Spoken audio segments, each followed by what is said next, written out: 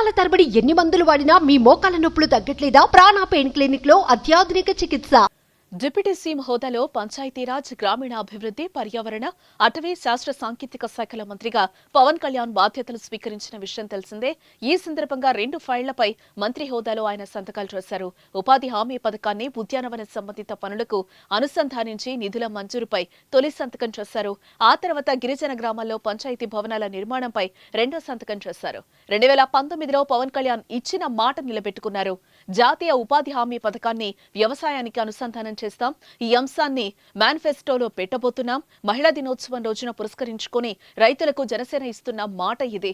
రైతు ఆడపడుచుల విన్నపాలు అందిన తర్వాత వచ్చిన ఆలోచన ఇది అని 2019లో మహిళా దినోత్సవ వేడుకలో జనసేన అని మాట ఇచ్చారు. ఇప్పుడు ఆ మాటను పవన్ కళ్యాణ్ నిలబెట్టుకున్నారు.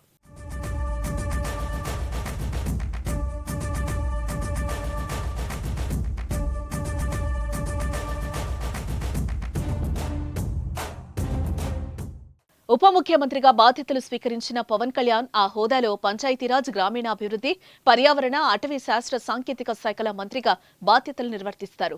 తనకు కేటాయించిన శాఖలు జనసేన సిద్ధాంతాలకు దగ్గరగా ఉన్నాయని, ఎన్నికల ముందు తన పర్యటనలో గిరిజనుల సమస్యలు చూశానని, సరైన తాగునీరు, రహదారులు లేక వారు పడ్డ ఇబ్బందులు తన దృష్టికొచ్చాయని చెప్పారు. అలాగే అటవీ సంపద నాశనం కాకుండా కాపాడతానని, ఎర్రచందనం అక్రమ రవాణా అరికడతామని అన్నారు. డిప్యూటీ సీఎంగా పవన్ బాధ్యతల స్వీకరణతో జన సైనికులు, ఆయన అభిమానులు హర్షం వ్యక్తం చేస్తున్నారు.